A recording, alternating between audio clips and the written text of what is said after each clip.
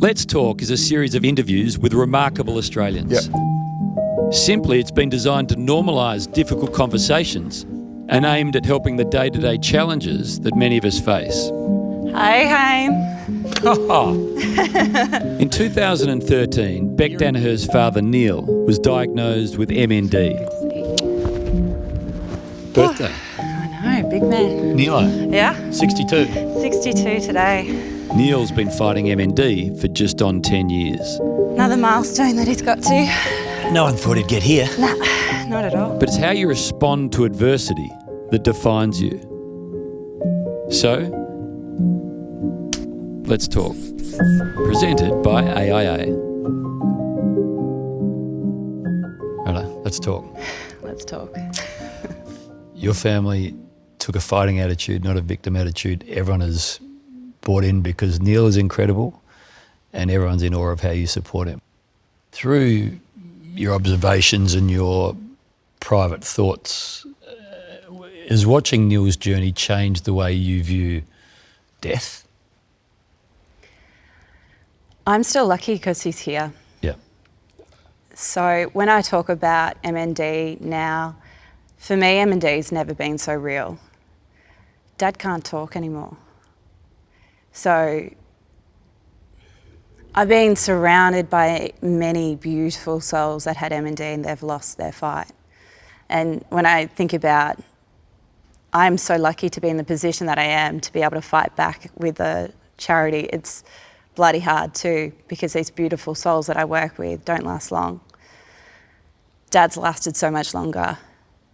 It's so much more real, that presence of death, than it ever has been. And that's scary. I don't feel like I've experienced death enough, and I'm very blessed that that's the case. But I can feel it creeping, getting closer. And, you know, that is a difficult thing to wrap your head around. To me, he's still, you know, someone I completely idolise. And things are being taken away and you can feel death's door getting closer, and I don't know. You do start thinking about what happens when. How will I react? Being the face of an organisation, when that time comes, the responsibilities that will come with that, I don't think I'll be able to do it. I'm quite happy to step back in that point. But it's just, yeah, I feel like every day we're getting a little bit closer. Whereas a little while ago, I wouldn't have thought that. He's being able to defy the odds. But the odds are turning around a little bit.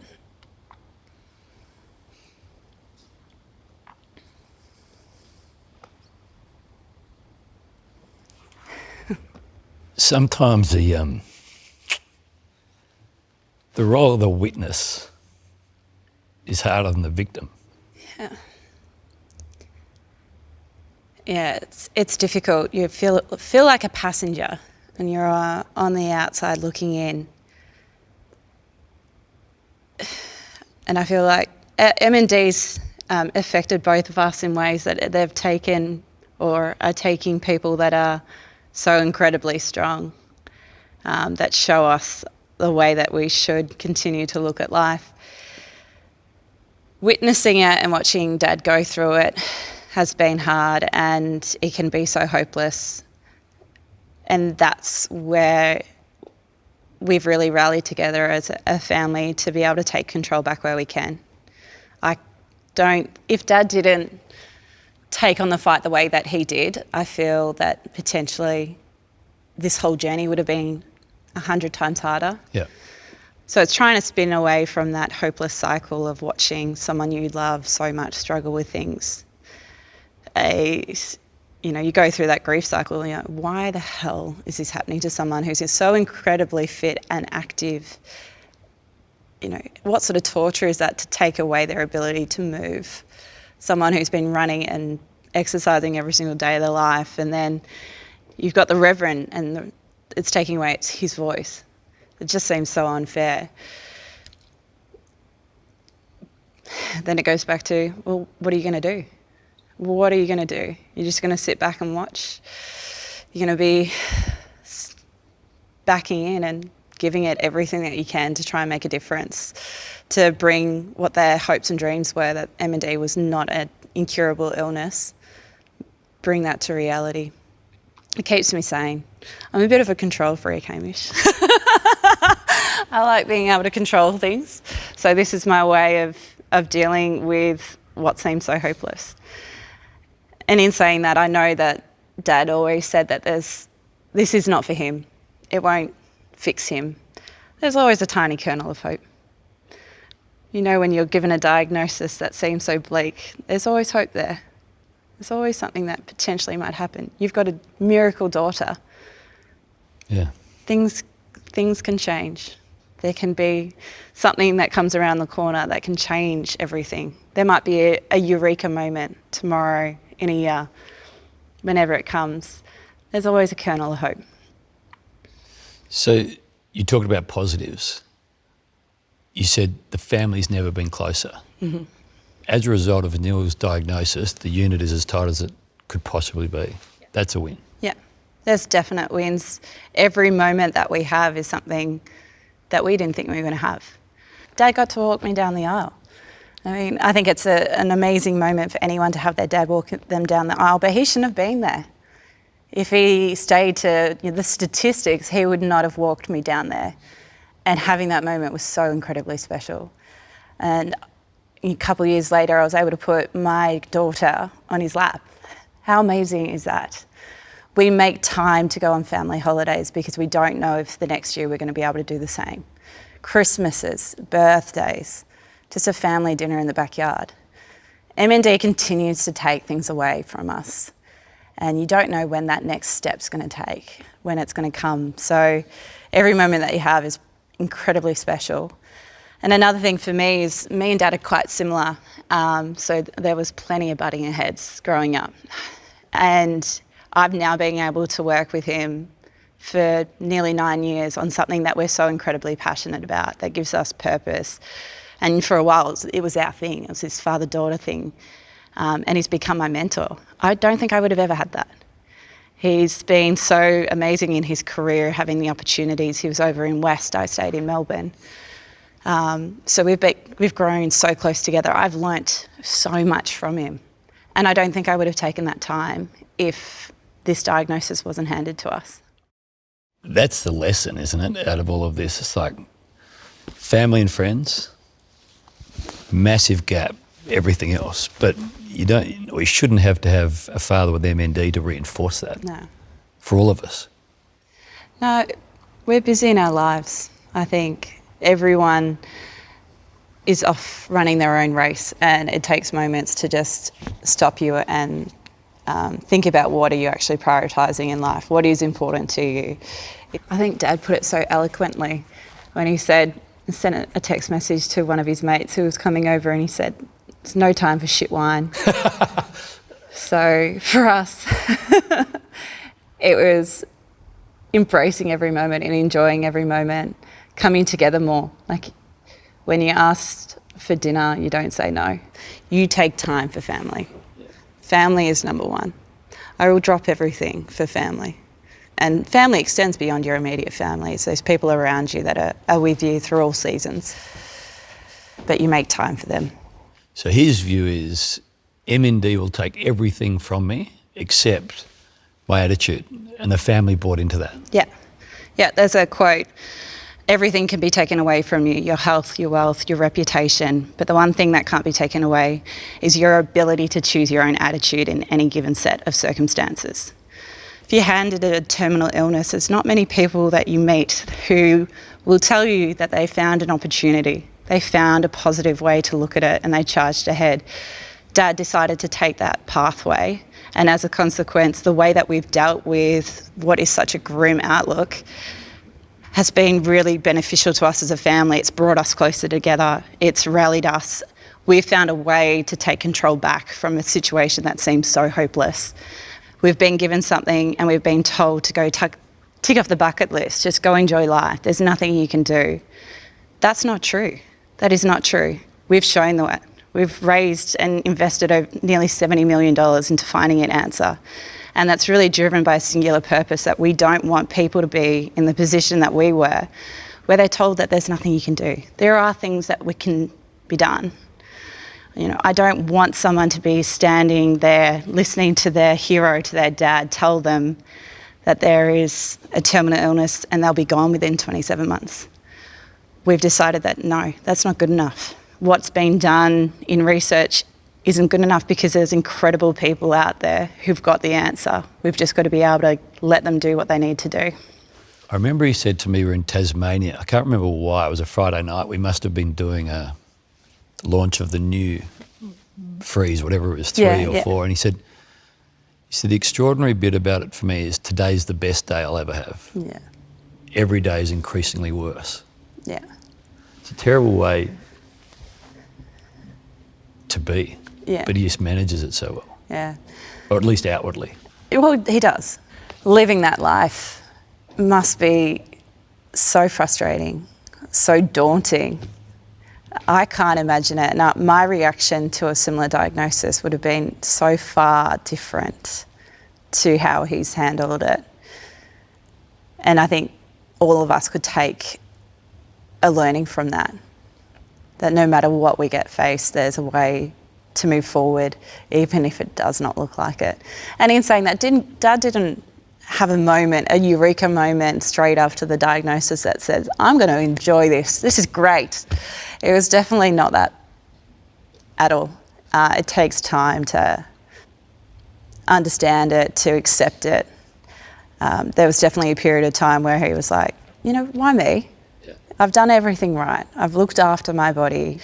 So there was definitely a period of time where he was pissed off with the world. And I'm sure there are days, many, many moments where he's absolutely pissed off with what is happening to him.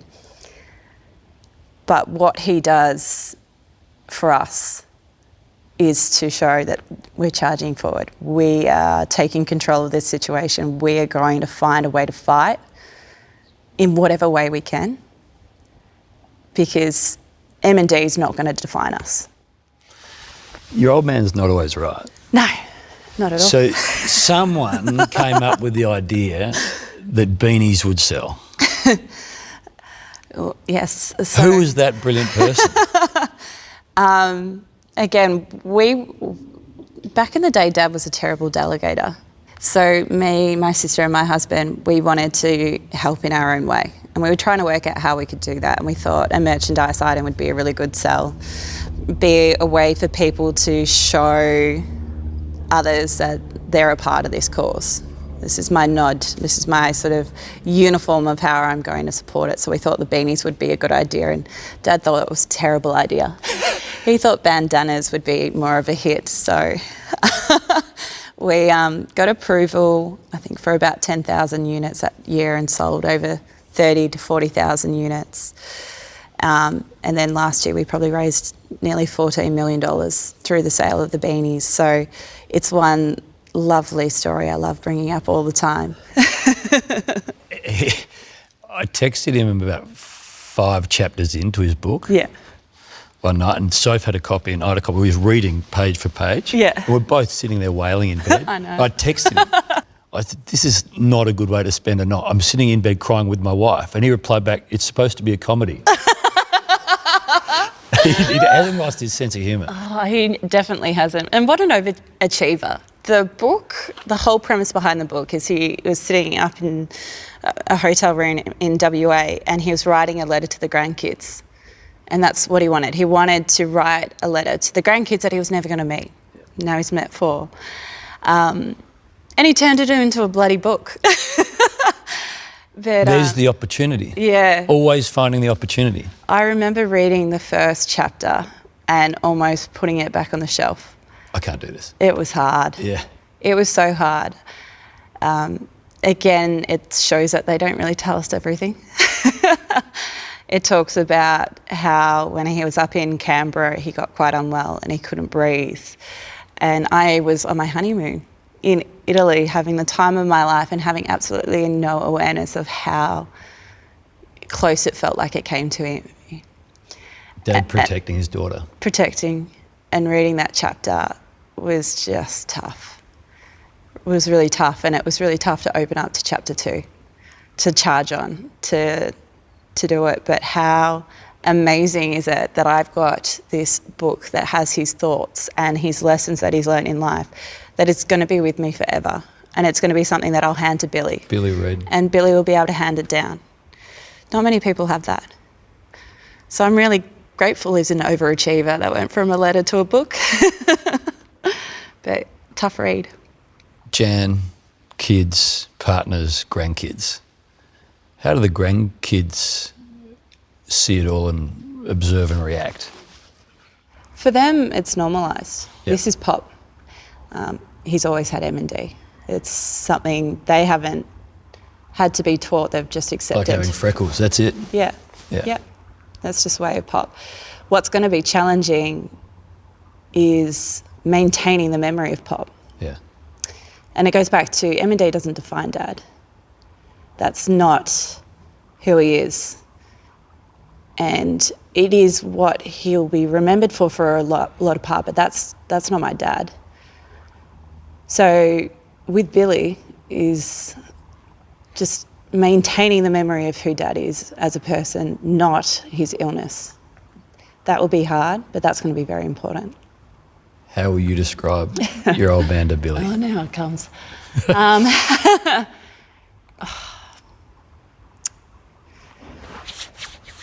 It's a good question.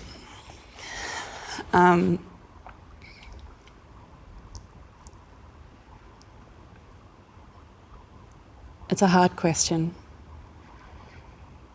Strongest person I've ever met.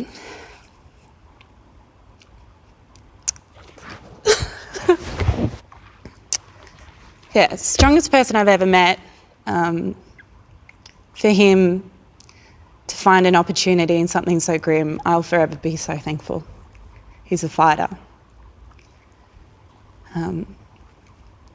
Someone I would love to emulate.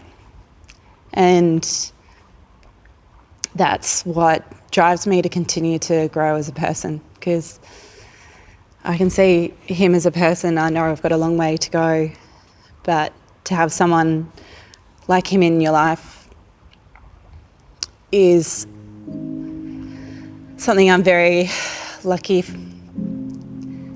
and what a human being. What a human being. Thank you for talking today, and thank you for doing everything so brilliantly. Thank you so much. Pleasure. I loved having a chat. Well done. I started crying twice, so I bit my lip and now I've got an offer. For more Let's Talk interviews, please visit afl.com.au/on-demand and search Let's Talk, or visit aia.com.au/Let's Talk. And the conversations will also be available wherever you access your AFL podcasts. And if you're experiencing mental ill health, we do encourage you to reach out for support.